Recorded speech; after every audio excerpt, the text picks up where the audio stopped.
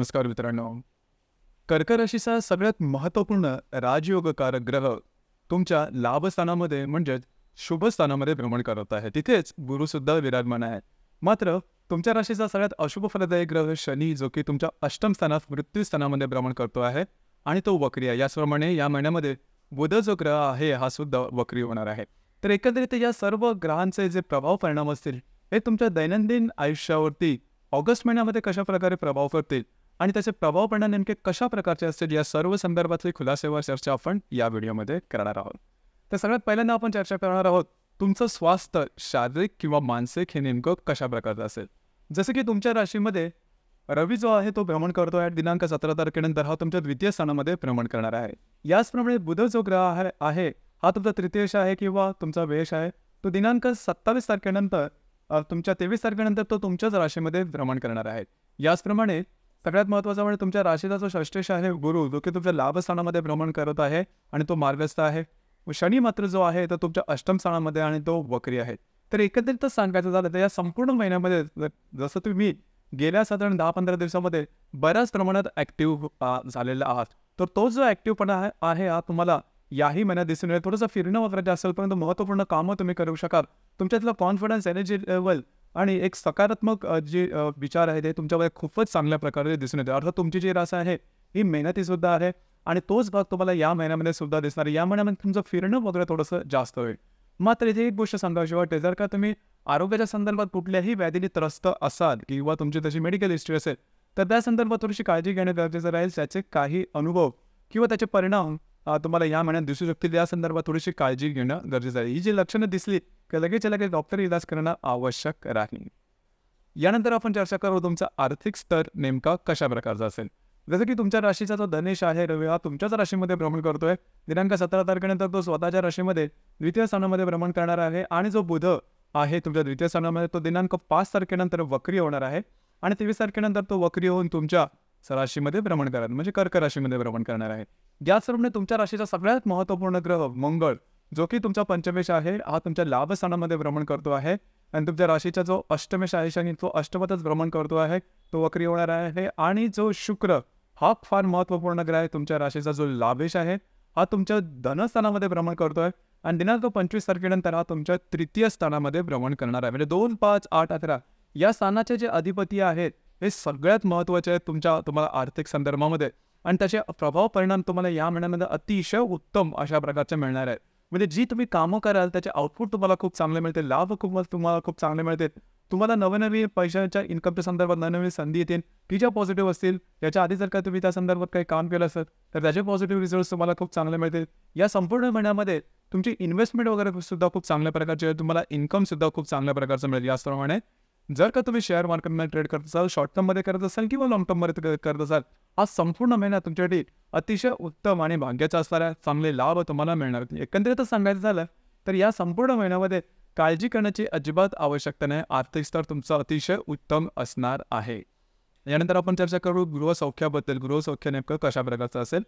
फक्त काय आहे मगाशी जे सांगितलं आर्थिक स्तराबद्दल इथे एकच गोष्ट सांगायची वाटते की जो रवी 17 तारखेनंतर तुमच्या द्वितीय स्थानामध्ये येणार आहे आणि तिथे शुक्र सुद्धा आहेत. स्पेंडिंग किंवा खर्च याच्यावर थोडंसं लक्ष द्या. तुमचे खर्च जास्त होणार नाही याची थोडीशी काळजी घ्या. अर्थात तुमच्या राशीला वेगळं काही सांगायला नको कारण तुमची जी राशी आहे ती प्रॅक्टिकल आहे, व्यवहारी आहे. वैसे कुठे कधी कसे खर्च करायचं याचं नॉलेज तुम्हाला फार चांगलं असतं. परंतु गोष्टी अशा प्रकारे काय फिरतील की तो मला थोडासा खर्च करावा लागेल. तो खर्च जो असेल तो व्यवस्थित मार्गी लावता आला पाहिजे. ही थोडीशी महत्त्वाची गोष्ट आहे. यानंतर आता आपण चर्चा करणार आहोत गृहसौख्याबद्दल. गृहसौख्य नेमकं कशा प्रकारचं असेल. जसं की तुमच्या राशीचा जो चतुर्थेश आहे शुक्र हा तुमच्या द्वितीय स्थानामध्ये भ्रमण करतो आणि दिनांक 25 तारखेनंतर हाच शुक्र तुमच्या तृतीय स्थानामध्ये भ्रमण करणार आहे. तर घरातल्या व्यक्तींबरोबरचे नातेसंबंध सुमधुर अशा प्रकारचे दिसून येतील. अर्थात घरातल्या व्यक्तींच्या काही त्यांच्या गरजा असतील त्या तुम्हाला पूर्ण कराव्या लागतील परंतु तुमचं इंटरॅक्शन खूप चांगलं राहील. सगळ्यात महत्त्वाचं म्हणजे वास्तूच्या संदर्भात जर का तुम्हाला काही कामं करायची असतील, नवीन वास्तू घ्यायची असेल, असलेली वास्तू विकायची असेल, वास्तूमध्ये रिनोव्हेशन करायचे असेल, वास्तूच्या संदर्भात काय काय उपाय करायचे असेल, हा संपूर्ण महिना तुमच्यासाठी अतिशय उत्तम असणार आहे. त्यानंतर आपण चर्चा करू लव्ह लाईफबद्दल. लव्ह लाईफ नेमकं कशा प्रकारचं असेल. जसं की तुमच्या राशीचा जो पंचमेश आहे मंगळ हा तुमच्या लाभ स्थानामध्ये भ्रमण करतो आहे. सप्तम दृष्टीने तुमच्या पंचम स्थानालाच पाहतो आहे. तर जर का तुम्ही कोणाच्या रिलेशनशिपमध्ये असाल दोघांमध्ये नातेसंबंध अतिशय उत्तम अशा प्रकारचे दिसून येतील. थोडंफार ज्याला आपण चहाच्या कपातले वादळ म्हणतो ती थोडी दिसून येतील, परंतु त्याचा फारसा परिणाम तुमच्या रिलेशनशिपवरती होणार नाही. उलट पक्षी जर तुम्हाला नवीन रिलेशनशिप बनवायची असेल तरीसुद्धा हा संपूर्ण जो महिना अतिशय उत्तम राहील. फक्त ज्या गर्भवती महिला आहेत त्यांनी स्वतःच्या आरोग्याकडे थोडंसं लक्ष देणं गरजेचं राहील. आरोग्याच्या संदर्भातले काही त्रास डोकं वर करू शकतील. जे विद्यार्थी वर्ग आहे त्याच्यासाठी हा संपूर्ण महिना अतिशय उत्तम असणार आहे. त्याचप्रमाणे वैवाहिक जीवनाबद्दल सांगायचं झालं तर तुमचे जे वैवाहिक जोडीदार आहेत, साधारण सप्तमेश तुमचा अष्टमात असणार आहे, तो वक्री असणार आहे. इथे फक्त या महिन्याच्या उत्तरार्धात थोड्याफार म्हणून वैवाहिक जोडीदाराच्या आरोग्याकडे थोडंसं लक्ष देणं गरजेचं राहील. परंतु तुमच्यामध्ये तुमच्या वैवाहिक जोडीदारामध्ये इंटरॅक्शन असेल ते खूप चांगल्या प्रकारे दिसून येईल. दुसरी महत्त्वाची गोष्ट म्हणजे जे कर्क राशीच्या व्यक्ती विवाहासाठी प्रयत्न करत आहेत त्याच्यासाठी हा संपूर्ण महिना अतिशय उत्तम असणार आहे. याचप्रमाणे जे तुमचं कार्यक्षेत्र असेल त्या संदर्भात सांगायचं झालं तर तुमच्या राशीचा जो कर्मेश आहे मंगळ हा तुमच्या लाभस्थानामध्ये भ्रमण करतो आहे. तर जे काही तुमचं कार्यक्षेत्र असेल त्या ठिकाणी तुम्ही कामाचा ठसा उमटवाल. तुमचे सहकर्मी किंवा वरिष्ठ असेल त्याच्यावर तुमचे नातेसंबंध अतिशय उत्तम राहतील. याचप्रमाणे करिअरच्या नवनवीन संधी तुम्हाला सुद्धा या महिन्यात निश्चित मिळतील की ज्या पॉझिटिव्ह असतील. तर एकंदरीतच सांगायचं झालं संपूर्ण महिन्यामध्ये काळजी अजिबात करण्याची आवश्यकता नाही. उलट गोष्टी तुमच्या अपेक्षेप्रमाणे होतील. जरी शनी तुमच्या अष्टमात वक्री असेल तरी सुद्धा गोष्टी तुमच्या अपेक्षेप्रमाणे होणार आहेत. लाभ तुम्हाला खूप चांगले मिळणार आहेत. तुमचं म्युच्युअल अंडरस्टँडिंग रिलेशनशिप किंवा ती वैवाहिक असेल किंवा रिलेशनशिपच्या बाबतीमध्ये खूप चांगली असणार आहे. काळजी अजिबात करू नका. फक्त थोडंसं तुमच्या खर्चावरती नियंत्रण ठेवा. यानंतर आपण चर्चा करणार आहोत ग्रहयोगांबद्दल. म्हणजे डे टू डे लाईफमध्ये ग्रहयोगाचे परिणाम नेमके कशा प्रकारचे असतील.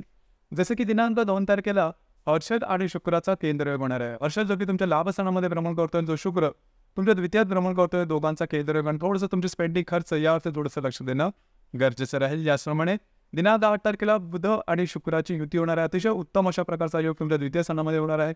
काही चांगले लाभ मिळू शकतील. तुमच्या घरातले व्यक्ती असेल त्यांच्याकडे बाहेर फिरायला जाण्याचा योग संभवतो. काही महत्त्वपूर्ण इन्व्हेस्टमेंट तुम्हाला या दरम्यान मिळू शकते किंवा तुमच्याकडून होऊ शकतील.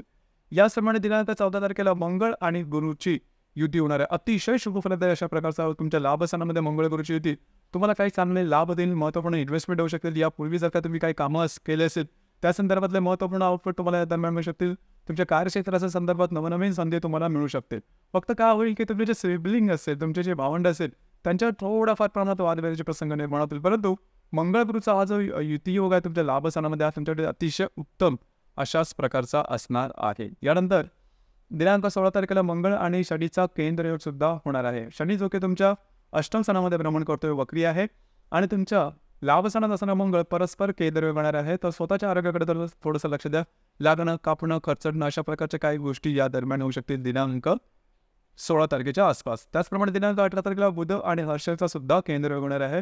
हर्षद जो की तुमच्या लाभस्थानामध्ये भ्रमण करतो आणि जो बुध वक्री होऊन तुमच्या द्वितीयात भ्रमण करेल, दोघांचा केंद्रयोग होणार आहे. इन्व्हेस्टमेंटच्या संदर्भात काळजी घ्या. कागदोपत्री व्यवहार, कमिटमेंट, प्रॉमिसेस यापासून थोडंसं लांब राहणं या दरम्यान महत्त्वपूर्ण राहील. याचप्रमाणे दिनांक 19 तारखेला रवी हर्षदचा केंद्रयोग होणार आहे. शुक्र शनीचा प्रतियोग सुद्धा होणार आहे. रवी जो की तुमच्या द्वितीयात भ्रमण करेल, जो हर्षद तुमच्या लाभस्थानामध्ये भ्रमण करेल, दोघांचा केंद्रयोग होणार आहे. द्वितीयातला शुक्र आणि अष्टमातला वक्री शनी यांचा सुद्धा प्रतियोग होणार आहे. आर्थिक संदर्भात काळजी घ्या. वैवाहिक जोडीदाराच्या आरोग्याच्या संदर्भातले छोटे मोठे त्रास या दरम्यान डोकं वर करू शकतील. याचप्रमाणे दिनांक 23 तारखेला शुक्र आणि मंगळाचा केंद्रयोग होणार आहे. मंगळ जो की लाभस्थानामध्ये भ्रमण करतो आणि जो शुक्र तुमच्या द्वितीयात भ्रमण करेल, दोघांचा दृष्टी अतिशय केंद्रयोग होणार आहे. खर्चावरती नियंत्रण ठेवणं अतिशय आवश्यक राहील. घरातले जे स्त्री वर्ग असतील त्यांच्या आरोग्याच्या संदर्भातले काळजी घेणं या दरम्यान महत्त्वपूर्ण आहे.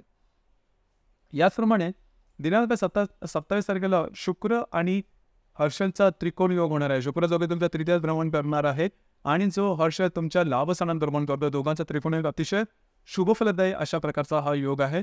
फिरणं वगैरे जास्त होईल, म्हणजे याला वगैरे जाणं, पिकनिकला जाणं, घरातल्या व्यक्तींवर बाहेर फिरायला जाणं अशा प्रकारचे काय अनुभव येतील. मित्रपरिवारात बरोबर सुद्धा बाहेर फिरायला जाण्याचा योग या दरम्यान संभवतो.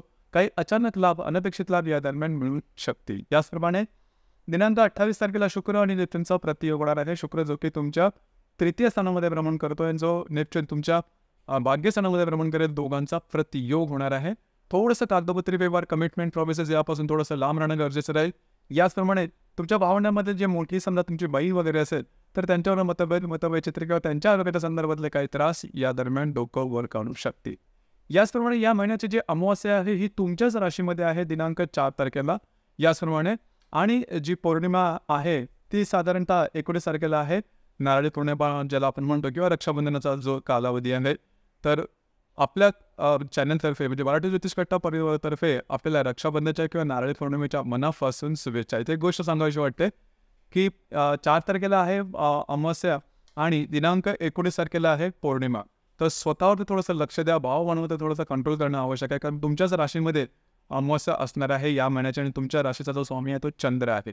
तर थोडंसं भावनातीत जास्त होऊ शकाल या दरम्यान. चुकीचे निर्णय मात्र घेऊ नका. कुठल्याही प्रकारचे छोटे किंवा मोठे निर्णय या दरम्यान अजिबात घेऊ नका. तसं पाहिलं तर पाहायचं झालं तर सारांश रूपाने हा संपूर्ण महिना तुमच्यासाठी अतिशय उत्तम असणार आहे. तुमच्या मनातल्या बऱ्याचशा इच्छा या दरम्यान पूर्ण होऊ शकणार आहेत. काही नवीन जर का तुम्हाला सुरुवात करायची असेल या दरम्यान किंवा या संपूर्ण महिन्यामध्ये सुरुवात करू शकता.